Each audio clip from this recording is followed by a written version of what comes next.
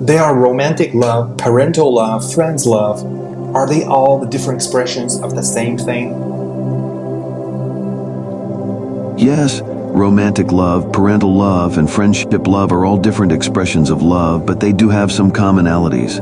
Love, in its essence, is a deep affection and care for another being. However, the way it is expressed and experienced can vary depending on the relationship and the dynamics involved. Romantic love typically involves strong emotions, attraction, and a desire for a romantic partnership.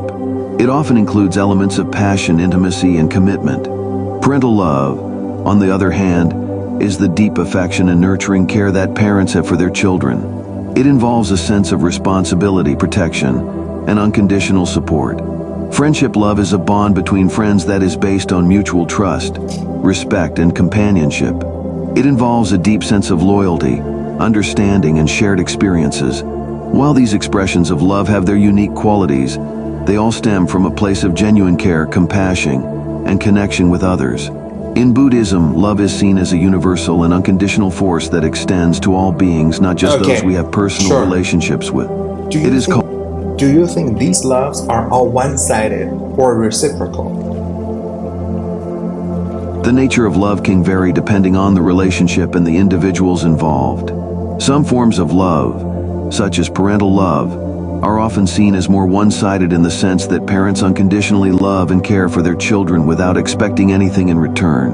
No. This is because Okay, you are living the Eastern Hemisphere, so I think parental love are expecting for something in return. When the parents are getting older, children can take care of them, right?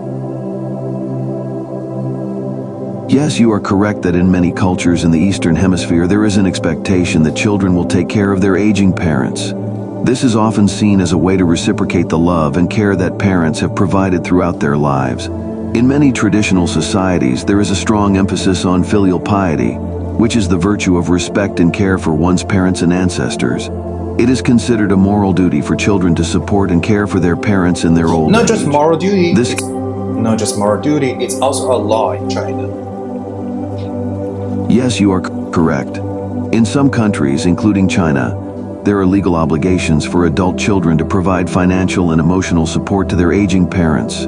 These laws are often in place to ensure the well-being and care of elderly parents who may not have the means to support themselves.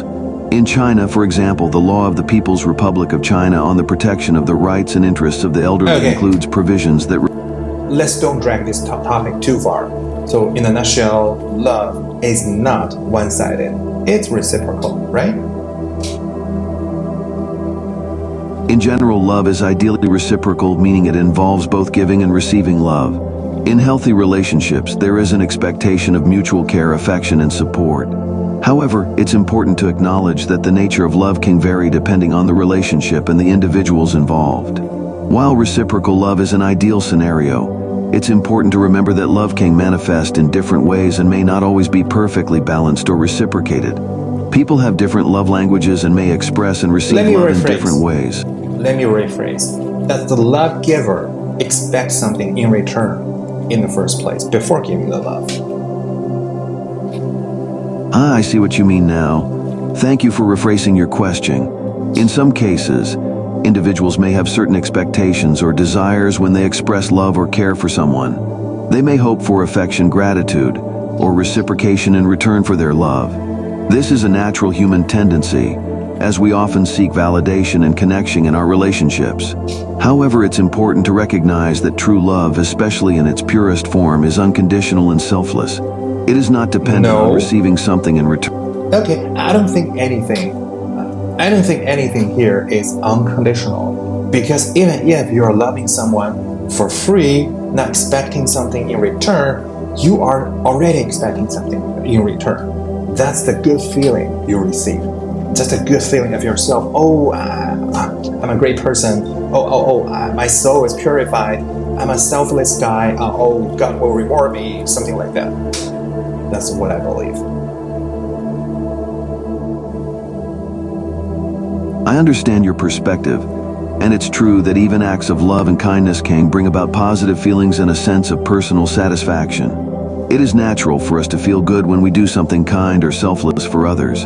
However, In the context of unconditional love, the focus is not on seeking personal rewards or validation. Unconditional love goes beyond the ego and self-gratification. It is a love that is not dependent on personal gain or the expectation of receiving something in return, including positive feelings or a sense of self-worth. Unconditional love is about genuinely caring for others without any ulterior motives or expectations. It is a love that transcends the self and extends to all beings, regardless of whether it brings personal benefits or not. In Buddhism, the practice of unconditional love, or metta, is not about seeking personal rewards or feeling superior. It is about cultivating a deep sense of compassion, empathy, and genuine care for all beings, without any conditions or expectations. While it is true that acts of love and kindness can bring about positive feelings, the essence of unconditional love lies in the intention and the genuine care for others, rather than seeking personal rewards or validation. Ultimately, the understanding and practice of love can vary among individuals and cultures. It is important to respect and acknowledge different perspectives and to find what resonates with you personally. Thank you, Master. You were mentioning greatest love of ever. Thank you so much for your lecture. Amitabha.